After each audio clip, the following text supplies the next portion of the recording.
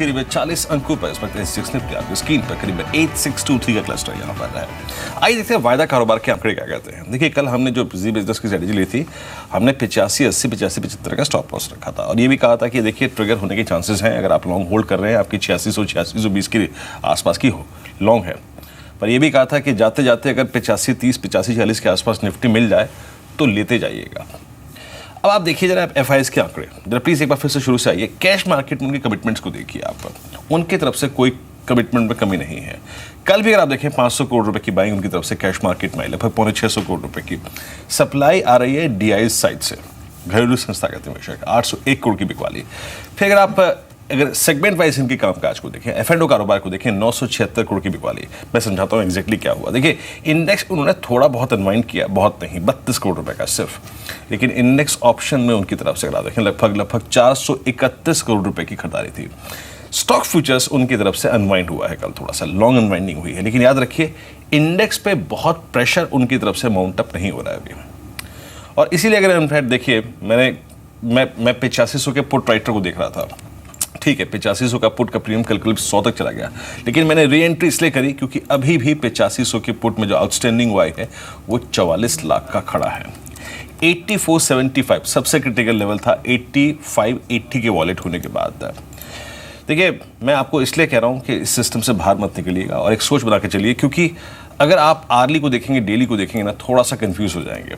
अगर आप major trend को प्ले करना चाहते हैं तो किसी बड़े रेंज का स्टॉप लॉस लेकर बाजार में बने रहिए। जाइए देख लीजिए वीकली, जाइए देखिए मंथली। बुल मार्केट में आपको ऐसे एक दो अगर आप देखें डिप के मौके मिलेंगे, उस डिप में आप हमेशा एंटर करिए लॉन्ग के साथ। अगर आप मेजर ट्रेंड पे शक जाहिर करने लगेंगे ना तो आप बाहर रह जाएंगे, बाजार थोड़ा सा आगे निकल जाएगा। तो लॉन्ग्स होल्ड करिए अभी 8480, 8490 के स्टॉप लॉस के साथ, 8500 के मोड़े स्टॉप लॉस के साथ। और याद रखिए अब क्योंकि सबसे बड़ा कॉल राइटर खड़ा है 87 की स्ट्राइक पे, कल अगर आप देखें ह्यूज कॉल राइटिंग भी हुई, तो 12 लाख से जुड़े 8700 की कॉल में, तो मैं 8680 तक का स्कोप दीपाली अभी खोज के चल रहा हूँ। तो अभी भी 8600 के जो टारगेट्स हैं मेरे मुताबिक अभी भी इंटैक्ट है। मेजर कॉल राइटिंग यहाँ पे हुई है, 86 पर नहीं हुई है। तो 8680 के पोटेंशियल टारगेट्स के लिए मैं अभी भी लॉन्ग रहूँगा। एक बार निफ्टी बैंक दिखाएंगे जरा प्लीज़, और निफ्टी बैंक की कमेंट्री दिखाइए जी बिजनेस की। निफ्टी बैंक टूट रहा था, लेकिन फिर भी बहुत एक अगर आप देखें एक सही अंदाज में, ऐसा नहीं था कि एकदम से अगर आप देखें 400-500 पॉइंट, नो। और याद रखिए 18500 इसके लिए सबसे क्रिटिकल लेवल था। इसने फॉर द टाइमिंग उसको होल्ड किया हुआ है, और जब तक वो होल्ड है तब तक मैं निफ्टी पर बहुत अगर आप देखें उसके ट्रेंड पर शक जाहिर नहीं करूँगा दीपाली। वहाँ पर भी मैं निफ्टी बैंक पर भी आई थिंक ऑप्शन फ्यूचर के जरिए तो नहीं, लेकिन हाँ 18800 की कॉल प्लस करके रखूँगा। मुझको लगता है कि पैसा बन जाएगा इसमें जी। तो ये निफ्टी बैंक और निफ्टी दोनों पर जो डेरिवेटिव डेवलपमेंट्स हुई हैं उसके लिहाज से जो स्ट्रैटेजी है आपकी वो होल्ड की होनी चाहिए। अगर आपने ऑलरेडी लॉन्ग पोजीशंस बनाई हुई हैं तो आप होल्ड करें। लेकिन इस बीच आपको ब्रोकर हाउसेस के व्यू बता देते हैं जो जीएसटी पर आए हैं। बहुत सारे ब्रोकर इंस्टीट्यूशंस ने अपनी राय जाहिर की है ऑन जीएसटी, और आप देखिए नोमरा का मानना है कि जो जीएसटी है वो इंडियन इकोनॉमी के लिए गेम चेंजर साबित होगा। उन्होंने ये भी कहा कि शॉर्ट टर्म में भले ही इसका इंपैक्ट मिक्स्ड हो, लेकिन long term impact definitely positive रहेगा ऑन इंडिया। साथ ही उन्होंने ये भी कहा है कि एक कंसर्न यहाँ पर जरूर है कि इनिशियली जीएसटी इंप्लीमेंटेशन के बाद जो महंगाई है वो थोड़ी सी बढ़ सकती है, और हेडलाइन सीपीआई में करीब 0.2 से 0.7% तक का इंक्रीज दिख सकता है। ये नोमरा का मानना है। वहीं अगर आप मॉर्गन स्टैनले का व्यू देखेंगे तो उनका भी मानना है कि जीएसटी इंप्लीमेंटेशन के बाद थोड़ा सा जो महंगाई है वो बढ़ सकती है। हालांकि उनका ये भी मानना है कि जो टैक्स रेट रहेगा अंडर जीएसटी उसका इंपैक्ट सर्विसेज पर और साथ ही साथ गुड्स पर रहेगा। सर्विसेज पर आप देख सकते हैं इस पर इंक्रीज दिखेगा। जी, तो ये कुछ हाउसेस के व्यू हैं। जी ये अगर आप देखें कुछ बड़े हाउस व्यूज है आपके स्क्रीन पर, आप देखें तो यहाँ पे आपने सिटी का हाउस व्यू सुना है। हल्का सा अगर आप देखें इन्फ्लेशनरी प्रेशर जो है वो माउंट अप होने के संकेत दिए हैं उन्होंने। लेकिन अविनाश चलिए आप थोड़ा सा हेडलाइन इन्फ्लेशन के नंबर को छोड़ के बात करते हैं सेक्टर स्पेसिफिक। आपने सबसे बड़ा एडवांटेज दिया था लॉजिस्टिक्स को, आपने सबसे बड़ा एडवांटेज दिया था लॉजिस्टिक्स के साथ प्लाई स्टॉक्स को, आपने दिया था एफएमसीजी स्टॉक्स को।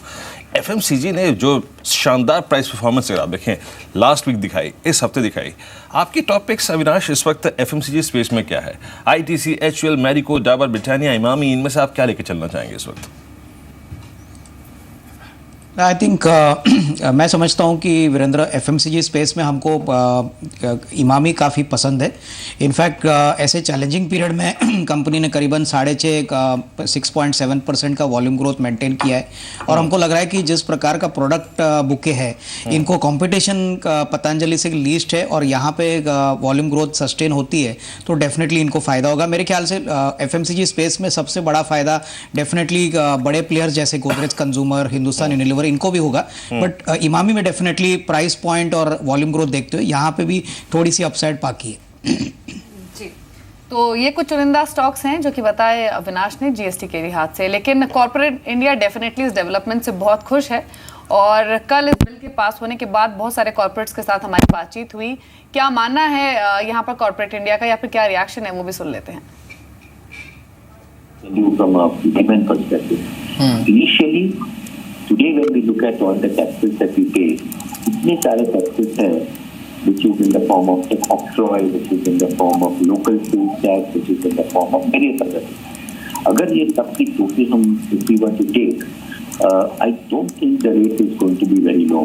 So there is a substantial amount of tax which we are paying, which is not in one form, it is coming in so many different forms that I don't even know if we are able to measure how much tax we are paying.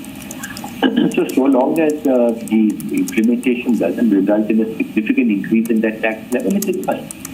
If it marginal increase will be there, but it should not be a substantial increase. The main thing is that for the government, the collection becomes a lot easier. As sort is about collection of the collection, अगर हो जाएगा, as collection improves, the efficiency of the collection mechanism gets better, then more money gets collected. तो आज काफी tax leakages है, वो leakages को I think industry को वेट था और स्पेशली हम लोग जिस बिजनेस में है, कंज्यूमर गुड्स है, रिटेल है, लॉजिस्टिक्स है, ये जीएसटी जैसे लग रहा है कि टेलर मेड है उसके लिए, क्योंकि लॉजिस्टिक्स में जो इनकन्वीनियंस है, एफिशिएंसीज है वो खत्म हो जाती है इनएफिशिएंसी। कंज्यूमर गुड्स में और रिटेल बिजनेस में, क्योंकि last leg of economic activity retail पे होती है, तो उसके जितने सेट ऑफ नहीं मिलते थे वो अब मिलेंगे हम लोगों को, तो उसमें भी काफी कुछ ठीक होगा। इनफॉर्मल ट्रेड जो था वो भी कंपटीशन जो इनफॉर्मल ट्रेड का था और ई कॉमर्स का था, वो भी जो टैक्स बेनिफिट्स थे वो भी चेंज हो जाएंगे। और कंज्यूमर गुड्स बिजनेस अभी सिंगल टैक्स जो होगा तो उसके कारण प्राइजेस के इम्पैक्ट पे डिमांड की भी क्रिएशन की हम लोग को अच्छी उम्मीदें हैं। तो आई थिंक ओवरऑल हम जिस सेक्टर में हैं, आई थिंक हम लोग को काफी इसका डिमांड क्रिएशन के लिए बहुत अच्छी चीज। आपने देखा, अगर आप देखें तो मिस्टर बियानी ने अभी जो कहा, उन्होंने कहा कि हमारे तो एग्जैक्टली एक वरदान साबित है। कहता है वरदान तो पूरे देश के लिए है ये। और आई मीन अब देखिए, अब थोड़ा सा हम ना तालमेल बिठाने की कोशिश करेंगे स्टॉक्स के साथ। अब देखिए, हमने बात करी, एफएमसीजी की बात कर ली। अब एक और चीज़ आती है, आई मीन जीएसटी की होप में तो बहुत कुछ चल रहा था, लेकिन जीएसटी जब एक वास्तविकता है तब क्या। मानस, अब आप देखिए गति को, पटेल इंटीग्रेटेड को, स्नोमैन लॉजिस्टिक्स को, ट्रांसपोर्ट कॉर्पोरेशन ऑफ इंडिया को। मान लीजिए आप एक ट्रेडर हैं, आई मीन ठीक है, अब आपको जीएसटी के साथ और जीएसटी से पहले तो आपने ट्रेड कर लिया बहुत कंफर्टेबली, लेकिन जीएसटी अब एक वास्तविकता है। अब आप इनको कैसे प्ले करेंगे? आप यहाँ पे अपने प्रॉफिट्स को कैश में कन्वर्ट करना चाहेंगे, आपने ऑलरेडी कर लिए हैं, या फिर आप अभी भी कोई एंट्री पॉइंट तलाशेंगे इनमें?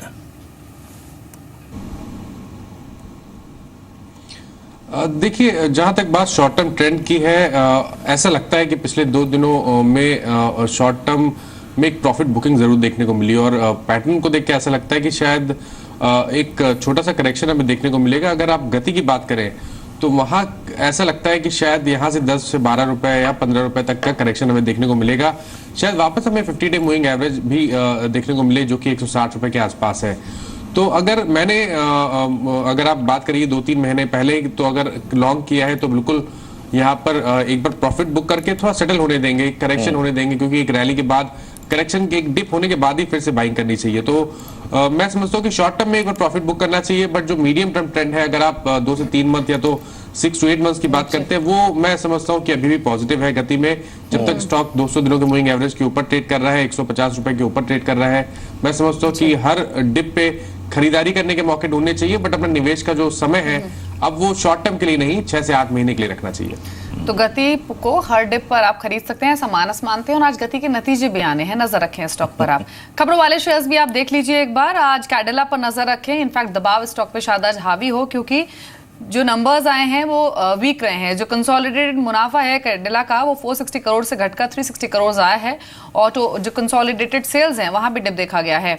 तो दबाव आज शायद हावी हो कैडिला के स्टॉक में पोस्ट वीक अर्निंग्स। एमएमटीसी सरकार दालों का इंपोर्ट करेगी, और बफर के लिए अब तक सरकार ने करीब 1.25 लाख टन दाल खरीदी है। तो एमएमटीसी पर आप नजर रख सकते हैं। कल स्टॉक हालांकि 2% गिरा था। एनबीसीसी पर अच्छी खबर है, हॉस्पिटल कंस्ट्रक्शन के लिए कंपनी को ऑर्डर मिला है, 250 करोड़ का ऑर्डर मिला है कंपनी को। हालांकि कल ये स्टॉक भी थोड़ा से दबाव में था, 2% के डिप के साथ 239 पर क्लोज हुआ था।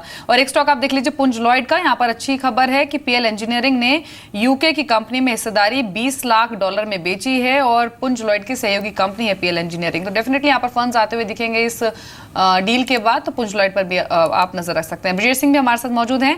ब्रजेश, एक तो कैडिला वीक अर्निंग्स के बाद कितना नीचे जा सकता है आज ये स्टॉक, और दूसरा एनबीसीसी या फिर पुंज लॉयड, इन दोनों में से कोई स्टॉक ठीक लगा है लॉन्ग ट्रेड के लिहाज से, कीपिंग इन माइंड कि दोनों पर आज खबरें पॉजिटिव हैं?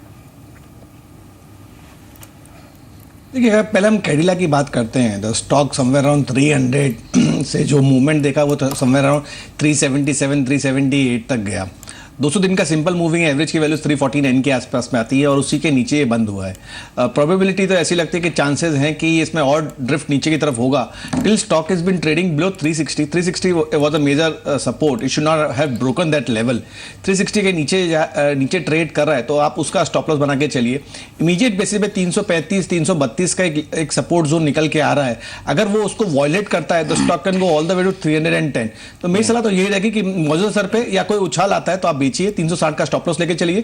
332 335 के लिए आप प्ले कीजिए। अगर वो उसके नीचे ड्रिफ्ट होता है तो एग्रेसिव शॉट आपको देखने को मिलेगा, जो कि 310 लेके जा सकता है। रही बात पुंज लॉयड की और एनएमडीसी की, तो I will try to be avoiding the stocks, any of the stock, because right now जो सेटअप है ट्रेडिंग का, वो मार्केट में पॉजिटिविटी कहीं दिखाता नहीं है लॉन्ग टर्म के लिए। रादर देन बेटर है कि आप शॉर्ट पे ट्रेड कीजिए, लॉन्ग को अवॉइड कीजिए। एक खबर अगर आप देखिए उसके बाद स्टॉक एक्सचेंज में सीमेंस के ऊपर भी है, वो 217 करोड़ रुपए का एक ऑर्डर मिला है, बांग्लादेश में पावर प्रोजेक्ट के लिए कोई ऑर्डर मिला है।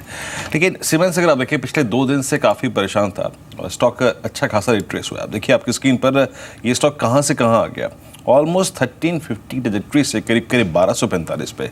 मानस इसकी एक गिरावट इसलिए भी खलती है क्योंकि ऐसी गिरावट इसने एटलीस्ट CY 16 में नहीं देखी है। 2016 में एक सेकुलर अपट्रेंड में रहा, शानदार मूव, हायर लेवल्स पर सस्टेन करने की टेंडेंसी, हर डिप को लोगों ने यहाँ पर अगर आप देखें यूटिलाइज किया है लॉन्ग जाने के लिए। ये मई में भी हुआ था, आपको याद होगा, चार्ट्स को देखिए तो। लेकिन इस बार की जो गिरावट है थोड़ी डिफरेंट है। मान लीजिए मेरा ट्रेड 1300 पे ट्रैप है इस वक्त, या फिर 1250 का ही है, मैं यहाँ से निकलूँ, अभी कितना पेन बढ़ने की संभावना लगती है आपको? देखिए, अगर आपने 1250 पे ट्रेड लिया है तब तो मैं बोलूंगा कि आप एक बार निकल जाए तो बेहतर रहेगा, क्योंकि जो 970 रुपए से हम रैली देख रहे थे, हायर टॉप्स हायर बॉटम्स बनते हुए देख रहे थे, अब ऐसा लगता है कि शायद उस पूरी रैली का एक करेक्शन देखने को मिलेगा। तो कम से कम 1200 तक के टारगेट्स तो आप बिल्कुल सेट कर सकते हैं, जो कि 38.20% रिट्रेसमेंट लेवल भी है और 200 दिनों का मूविंग एवरेज भी है। बट उसके नीचे जाने का मतलब थोड़ा सा तकलीफ में आ सकता है स्टॉक। उसके बाद कम से कम वहां से 60-70 रुपए का करेक्शन हम और देखेंगे। तो आपका नजरिया अगर बड़ा है, अगर 6 to 8 मंथ्स आप होल्ड कर सकते हैं तब तो आप बिल्कुल बने रहें। 1300 पे भी आपने लिया है तो आप बने रहें और अपने टाइम फ्रेम 6 to 8 मंथ्स का रखें। बट शॉर्ट टर्म में 50 दिनों के मूविंग एवरेज के नीचे क्लोज होने का मतलब तो थोड़ा करेक्शन और है। मैं समझता हूँ 50-60 पे करेक्शन सीमेंस में भी और देखने को मिलेगा। तो आप शॉर्ट टर्म के लिए तो मैं नहीं समझता कि यहाँ पर बाइंग करनी चाहिए, या तो अगर छोटा मोटा लॉस है तो एक बार प्रॉफिट बुक, एक बार एग्जिट करना बेहतर रहेगा। जी, महिंद्रा एंड महिंद्रा एक स्टॉक और जहां पर खबर है, और खबर यहां पर यह है कि जो कंपनी की सेल्स हैं उसमें एक इम्प्रूवमेंट आता हुआ दिखा है, और जुलाई में जो डोमेस्टिक सेल्स हैं वो 31,000 यूनिट से बढ़कर ऑलमोस्ट 35,000 यूनिट के आसपास रही हैं। स्टॉक हालांकि कल 0.25% गिरा था, लेकिन आज जीएसटी का ट्रिगर भी है, क्योंकि Maruti Suzuki, Mahindra and Mahindra, hero MotoCorp, TVS motor, ये वो 4 चुनिंदा कंपनियां हैं जिनको सबसे ज्यादा फायदा पहुंचेगा जीएसटी का। लेकिन अविनाश, मारुति एक ऐसा स्टॉक है जो बेनिफिशियरी जरूर होगा लॉन्ग टर्म में विद रिगार्ड्स टू जीएसटी, लेकिन ऑलरेडी स्टॉक बहुत चल चुका है। ट्यूसडे के सेशन में इसने अपने फ्रेश लाइफ टाइम हाइज भी लगाए थे 5,000 के आसपास के। महिंद्रा एक ऐसा स्टॉक है जो उसने खरीदारी जहां पर हमने देखी है, लेकिन अभी भी अपने बाकी पीयर्स के मुकाबले उतनी परफॉर्मेंस नहीं आई है, तो उस लिहाज से अपसाइड स्कोप शायद ज्यादा लग रहा है। तो ऐसे में आप मारुति सुजुकी के साथ ही जाना चाहेंगे डिस्पाइट कि वो इतना चल चुका है, या फिर M&M को भी पिक करने की सलाह होगी? नहीं, मुझे लग रहा है कि महिंद्रा एंड महिंद्रा में जिस प्रकार का आउट परफॉर्मेंस आने वाले क्वार्टर्स में आएगा वो काफ़ी सिग्निफिकेंट रहेगा, क्योंकि महिंद्रा का जो ट्रैक्टर बिजनेस है वो एबिटा के हिसाब से काफ़ी अट्रैक्टिव है। हमको लग रहा है कि ट्रैक्टर सेल जो लास्ट 2 साल से काफ़ी नेगेटिव थे और काफ़ी वीक ट्रेंड दिखा रहे थे, इस साल अच्छे मानसून के कारण होपफुली इंटरेस्ट रेट्स भी कम हो चुके हैं और फंडिंग बैंकों ने प्रोवाइड किया है, तो महिंद्रा में डेफिनेटली तेज़ी आने वाले क्वार्टर्स में आपको देखने को मिलेगी। मारुति की अगर हम बात करें तो दीपाली यहाँ पे सेलिंग प्रेशर मुझे नहीं दिख रहा है, हालांकि अपसाइड रेजिस्टेंस भी रहेगा, लेकिन इनके लिए भी मानसून और जो जीएसटी का इंपैक्ट है वो मेरे ख्याल से मार्केट्स आगे थोड़ा सा डिस्काउंट करेगा। तो मेरे ख्याल से जिनके पास मारुति है वो होल्ड करे, लेकिन महिंद्रा एंड महिंद्रा में कोई भी गिरावट आती है या करंट लेवल से भी अगर कोई खरीदता है तो नेक्स्ट 6 से 12 महीने में डेफिनेटली आउटलुक पॉजिटिव रहेगा। जी हाँ, कुछ और स्टॉक्स को देखते हैं जिन्होंने कल काफ़ी स्ट्रांग मूव दिया था। इंडेक्स पे लौटता हूँ एक बार मैं। कल HCL टेक्नोलॉजीज पोस्ट नंबर्स आपने देखा, स्टॉक चला, लेकिन याद रखिए कैंडल पे जिस प्रकार की कैंडल बनी, यानी सरल भाषा में कहूँ तो जो ट्रेडिंग पैटर्न था उससे कॉन्फिडेंस नहीं बनता, हाई लेवल पर सस्टेन नहीं कर पाया स्टॉक, जिसको मुनाफा मिला समेट कर बाहर निकल गया, तो इसको हम पिक्चर से बाहर कर देते हैं। एशियन पेंट्स 1143 पे एक बार फिर से अपनी ट्रेडिंग करियर के ऑल टाइम हाई के बेहद नज़दीक बंद हुआ। उसके बाद इन्फोसिस 1084 पर ₹1 भले ही बढ़ के बंद हुआ हो, भले ही हर निशान बंद हुआ, लेकिन याद रखिए इसने एक स्टेबल जोन एस्टेब्लिश कर दिया है। क्या कहते हैं स्टेबल जोन का मतलब? एक बड़ी गिरावट के बाद किसी जोन में फंस जाना, फंसने के बाद बेस को रिस्पेक्ट देना 1050 के स्तर पे। आप देखिए हमारा अगर आपको फर्स्ट मूवर एडवांटेज देना है, मान लीजिए मैं थोड़ी बहुत छोटी होल्डिंग पर डिलीवरी पे काम करता हूँ, तो क्या मेरे लिए यहाँ पे ₹30 का रिस्क लेना वाजिब रहेगा इस वक्त? देखिए, अगर आप जो चार्ट्स देखें, डेली चार्ट्स देखें, तो वहां पर इम्पॉर्टेंट ये है कि लोअर टॉप लोअर बॉटम बनना शुरू हो गए हैं। 200 दिनों के मूविंग एवरेज के नीचे इन्फोसिस फिसल गया है, तो यहाँ पर खरीदारी करने की राय नहीं रहेगी जब तक हमें कोई बहुत ही क्लियर ट्रेंड रिवर्सल नहीं दिखता है।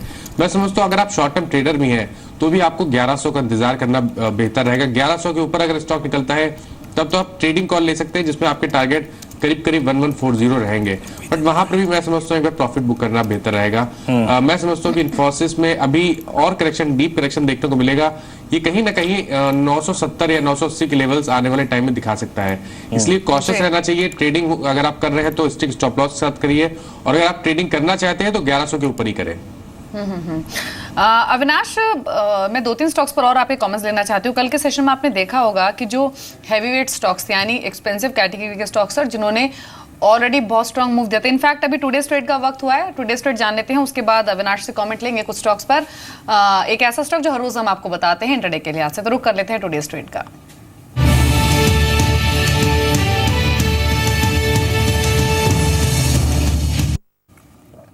टुडे ट्रेड में हर रोज एक स्टॉक हम आपको बताते हैं, इंट्राडे के लिहाज से बताया जाता है ये स्टॉक, और फंडामेंटल्स टेक्निकल्स दोनों को ध्यान में रखते हुए पोजीशंस जो भी आप बनाएं अपने वित्तीय सलाहकार की राय जरूर लें। कौन सा स्टॉक रहेगा वीरेंद्र आज के लिए? जी देखिए, आज मैं सिर्फ टेक्निकल सेटअप में बात करूंगा, और देखिए रिस्क भी है यहाँ पर, लेकिन रिवॉर्ड अपेक्षाकृत अच्छा है। और दूसरी चीज़ ये है, याद रखिए यू आर बाइंग स्ट्रेंथ। आज हम ल्यूमैक्स ऑटोटेक को अगर आप देखें with the possible target of I think on the higher side, करीब हम 406 410 की ट्रैजेक्टरी का लेकर चल रहा है।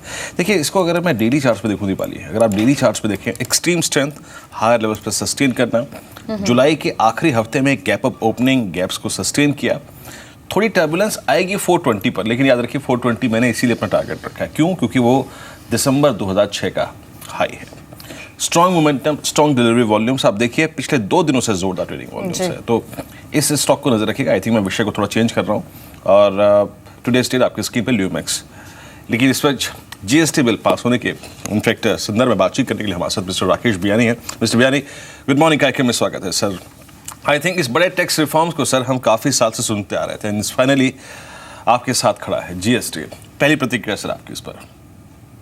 I think, as you rightly said, we've been all waiting for a very, very long time, almost 10 years since the first announcement was made. And GST is by far the largest reform ever done in this country, uniting the country. And I would believe the fact that, as yesterday widely discussed, in the long run, the rate of tax will also come down, and there will be a significant benefit to the consumers with the lower taxes that are likely to be applied as time goes by. And I think that should be the only basis which the GST Council should consider in terms of defining the tax rate. That is going to define the success of the GST in India. Mister बयानी, लेकिन retailers के लिए, पर retail कंपनियों के लिए इस bill के क्या मायने हैं? क्योंकि डेफिनेटली ये तो एक एस्पेक्ट है ही कि इस बिल के आने के बाद जो मार्केट है वो स्पीड अप होगा, जो ओवरऑल कंजप्शन उसको भी एक बूस्ट मिलेगा। लेकिन एक फैक्ट ये भी है कि जैसे सर्विस टैक्सेस हुए, ये ऐसी कई सारी कॉस्ट है जिस पर अभी भी इनपुट क्रेडिट रिटेलर्स को नहीं मिलता था, तो उस लिहाज से ये डेवलपमेंट कैसी है? ये आपका सही है कहना कि आज की तारीख में सर्विस टैक्स का क्रेडिट एक भी नहीं मिलता है रिटेलर्स को, और आगे जाके मिलना शुरू हो जाएगा, तो रिटेलर्स के लिए तो बहुत बेनिफिशियल है, and it would make tremendous sense to continue expanding the retail network. Not only movement of goods across the country seamless हो जाएंगे without any tax loss. Today CST is getting netted out because उसमें refund नहीं आता है, काफी states के अंदर में रिटेंशन टैक्स है तो वो भी नहीं मिलता है वापस। So ये दोनों चीज कंबाइन करेंगे along with service tax, and service tax is a very large component of our cost today, जिसका कोई भी क्रेडिट नहीं मिल पाता है। So रिटेलर्स के लिए मेरे हिसाब से काफी बेनिफिशियल है, एंड अल्टीमेटली ये बेनिफिट कस्टमर्स को ही मिलने वाला है। सो ओवरऑल आप मेरे को पूछेंगे तो मैं बोलूंगा ये बहुत ही बड़ा पॉजिटिव डेवलपमेंट है, both for India as well as the retail industry. Okay sir, आप एग्जैक्टली बहुत सारे बिजनेस चैम्बर्स के हिस्सा भी हैं, तो मैं ये आपसे पूछना चाहता हूँ कि बिजनेस चैम्बर्स एग्जैक्टली सोच कर रखते हैं कि अब दो चीज़ें हैं आगे जाके जिसको देखना है, एज ए ये फाइनेंस बिल आता है, मनी बिल आता है, खैर वो हमारा स्कोप नहीं है बात करने का, लेकिन एक सबसे बेहतरीन दर जिससे आम आदमी को फ़ायदा हो, कॉर्पोरेट्स को फ़ायदा हो, गरीब को भी फ़ायदा हो और अमीर को भी, अगर आप देखें तो आई थिंक एक डिसेंट स्कोप मिल रहा है। एक डिसेंट दर क्या होगी सर? 18% या उससे नीचे, या फिर आपको इसके थोड़ा सा ऊपर जाने के भी इनफैक्ट चांसेस लगते हैं? देखिए, अगर आप आज की तारीख में रेट देखेंगे तो average indirect tax rate actually country के अंदर में करीबन 20-21% है, which is what the standard rate है, जो कि एक्साइज ड्यूटी प्लस वैट मिला के होता है। Excise duty typically is about 7 to 8% of the MRP, and VAT is about another 12 to 14% of the MRP. So about 20-21% होती है। But I think the difference is that आज की तारीख में काफी जो कंजम्पशन आइटम्स हैं जिसके ऊपर में एक्साइज ड्यूटी लगती है प्लस वैट लगते हैं, उनके ऊपर में एवरेज टैक्स रेट करीबन 5-5.5% ही रहती है। और अगर GST के अंदर में वो एवरेज रेट 12% हो जाएगी तो डेफिनेटली कंज्यूमर्स को हिट होएगा। तो अगर आप मेरे को पूछेंगे, अगर इंडिया को ये टैक्स सस्टेन करना है और अगर ग्लोबल एक्सपीरियंस के हिसाब से देखें तो 15% इज अ राइट रेट जिसके बेसिस पे होना चाहिए। पहले भी जब फर्स्ट टाइम ये बिल इंट्रोड्यूस किया गया था तब बात थी कि 16% एक रेट रहेगा, एंड आगे जाके ये कम होते होते 12 पे आ जाएगा। तो अगर हम लोग लॉन्ग टर्म टारगेट 12 का रखें इंडिया के लिए, तो मेरे हिसाब से ये सारे देश के लिए काफी बेनिफिशियल होएगा। और सबसे बड़ा बेनिफिट आएगा कंप्लायंस फैक्टर से। एट 12% और लोअर रेट कंप्लायंस लेवल बढ़ेंगे, और जो लोग टैक्स सिस्टम से एस्केप हो जाते हैं उनको जब बेनिफिट, उनका एस्केपिज्म का बेनिफिट कम हो जाएगा, तो सबसे ज्यादा फायदा तभी होगा, और जब ज्यादा लोग टैक्स भरेंगे तभी तो टैक्स रेट कम होगी। ओके मिस्टर बयानी, बहुत बहुत शुक्रिया सर, आप सुबह से हम जुड़े और इनफैक्ट जिस बिल पर अपनी राय रखी आपने। चलिए अब आगे बढ़ते हैं, और इनफैक्ट जब कल बिल पास हुआ तो वित्त राज्य मंत्री अर्जुन राम मेघवाल ने GST बिल संशोधन बिल पास होने के बाद एग्जैक्टली क्या कहा, ये कितना बड़ा रिफॉर्म है, आइए देखते हैं, सुनते हैं। हमारे साथ MOS फाइनेंस अर्जुन राम मेघवाल जी हैं। सर, सबसे पहले बधाई GST पास करने के लिए। और सर, ये जो मेजर चेंज होगा टैक्स रिफॉर्म में, कितना बड़ा बदलाव होगा सर? देखिए, बहुत बड़ा बदलाव होगा, और मुझे लगता है कि GST पास होने के बाद आज का दिन भी ऐतिहासिक है, और ये लोकतंत्र और संघीय ढांचे के लिए भी ऐतिहासिक है। और जिस तरह का tax reform ease of doing business के कारण हम लाना चाहते थे, उसमें आज सरकार सफल हुई है। सभी दलों का इसमें सहयोग मिला है, सभी सरकारों का इसमें सहयोग मिला है, उनको भी हम धन्यवाद करते हैं। यस सर, सहमति बनाने में सरकार ने बहुत सफलता हासिल की। इस सहमति बनाने के पीछे कितना मेहनत लगा होगा, आप बताइए, क्योंकि कांग्रेस देखिए ये बड़ा मुद्दा था, लेकिन लोकतंत्र में सहमति बनाना ही सबसे बड़ा उद्देश्य होता है, और जो पार्टी पावर में होती है उसकी ड्यूटी बनती है कि वो सहमति बनाए, और उसमें हम सफल हुए। सर, आखिरी सवाल सर, ये बिल कब से लागू होगा और इसके क्या कब तक उम्मीद? अभी वित्त मंत्री जी ने कहा है जितना जल्दी, क्योंकि ये लोकसभा में फिर चेंजेस के साथ जाएगा, और उसके बाद फिर राज्यों से रेटिफिकेशन होगा। जल्दी हम कोशिश करेंगे, जितना जल्दी हो सकता है। हमारा टारगेट जल्दी लागू करने का है। शुक्रिया जी मीडिया से बात करने के लिए शुक्रिया। ये हमारे थे अर्जुन मेघवाल, जिन्होंने कहा कि जितनी जल्दी हो उतनी जल्दी इस कानून को लागू करने की कोशिश की जाएगी। कैमरामैन जेमन जोश के साथ आलोक प्रियदर्शी, जी मीडिया, दिल्ली।